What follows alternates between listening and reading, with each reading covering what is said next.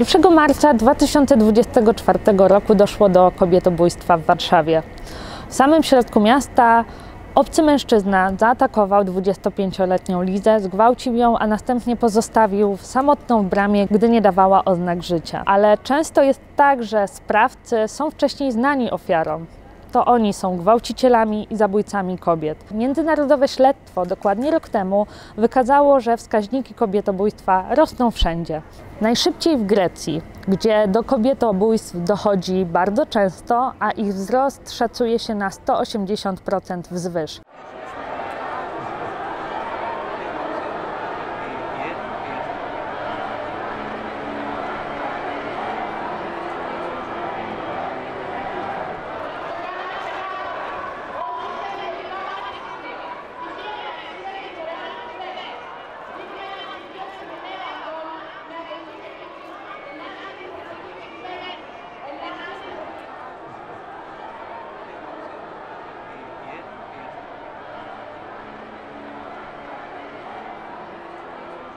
Międzynarodowy Dzień Kobiet to dzień, w którym nie tylko świętujemy, ale to dzień, w którym sprzeciwiamy się patriarchatowi.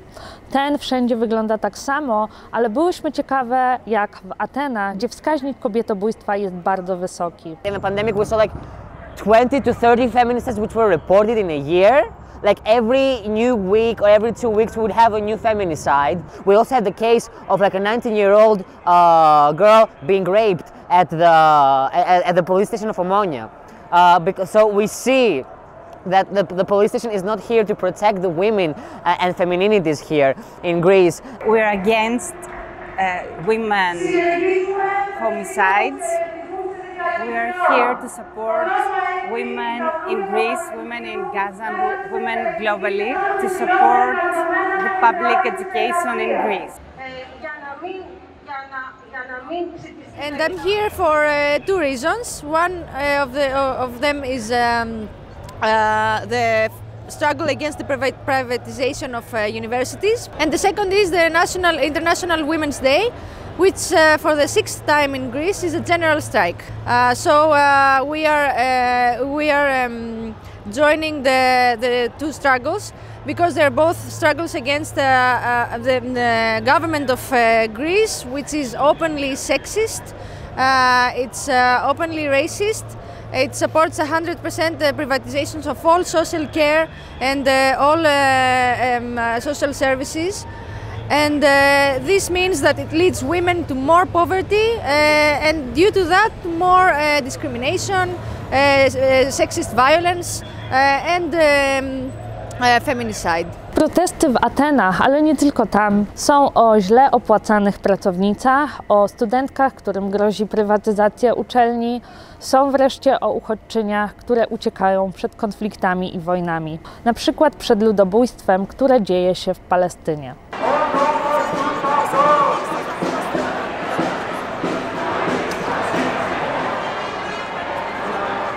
Na pewno feminizmu w Grecji, tak jak i wszędzie, nie należy traktować jak monolit. Wspólne dla wszelkich jego odłamów jest jednak potępienie dla przemocy i nagłaśnianie jej. Jakie są najważniejsze postulaty greckich feministek? Jak na co dzień wygląda walka z przemocą wobec kobiet? The feminist movement in Greece have actually managed to make the word femicide and the notion behind it a word that can be used in the public sphere. In 2018, a girl named Eleni Topaloudi was raped and murdered brutally in an island in Greece, Rhodes. Eleni became a symbol of the feminist movement, and it was that turning point, the femicide of Eleni Topaloudi, that made the word that made our case a public case in Greece, and our fight. It becomes much harder when we talk about immigrant women, refugees women,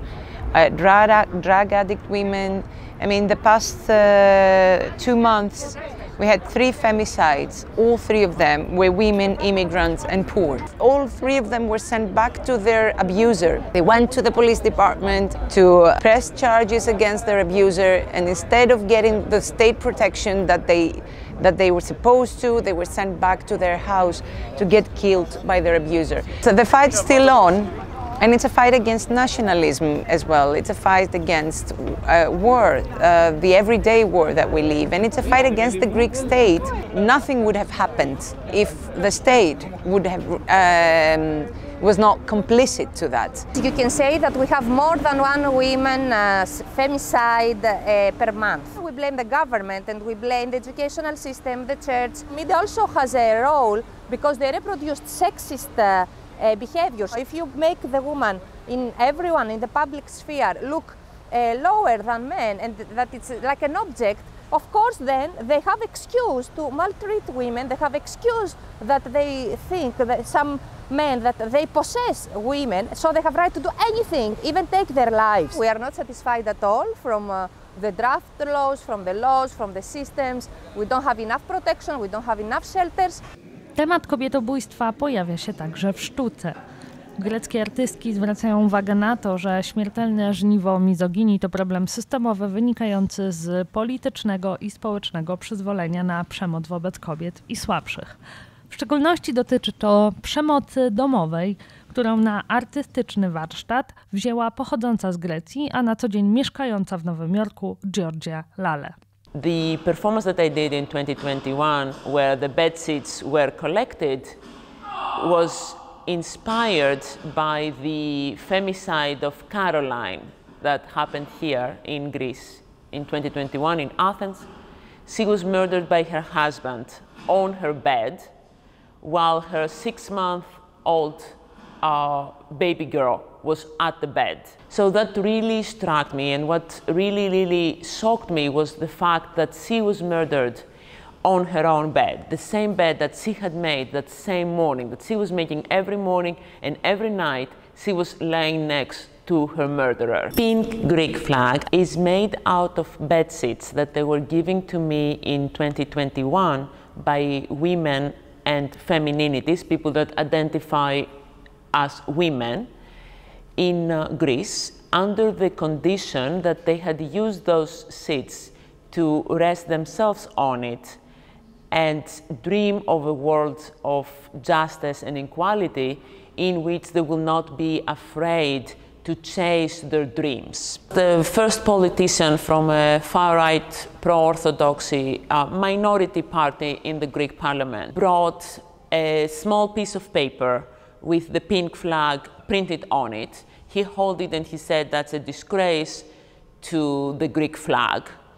And the Greek flag is only allowed to be painted red by the blood of our heroes. My answer to that is that women, members of the LGBTQ community, and femininities are heroes of the Greek nation and of every nation. And victims of femicide, there are heroines. They are falling for a better life for all of us. Yesterday, on Women's Day, the mayor of Athens projected the pink flag on the city hall, like huge.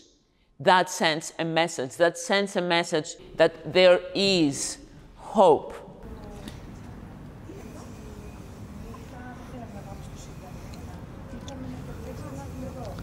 We are the Red Boat Project. We are artists and art teachers, most of us. It's one boat for each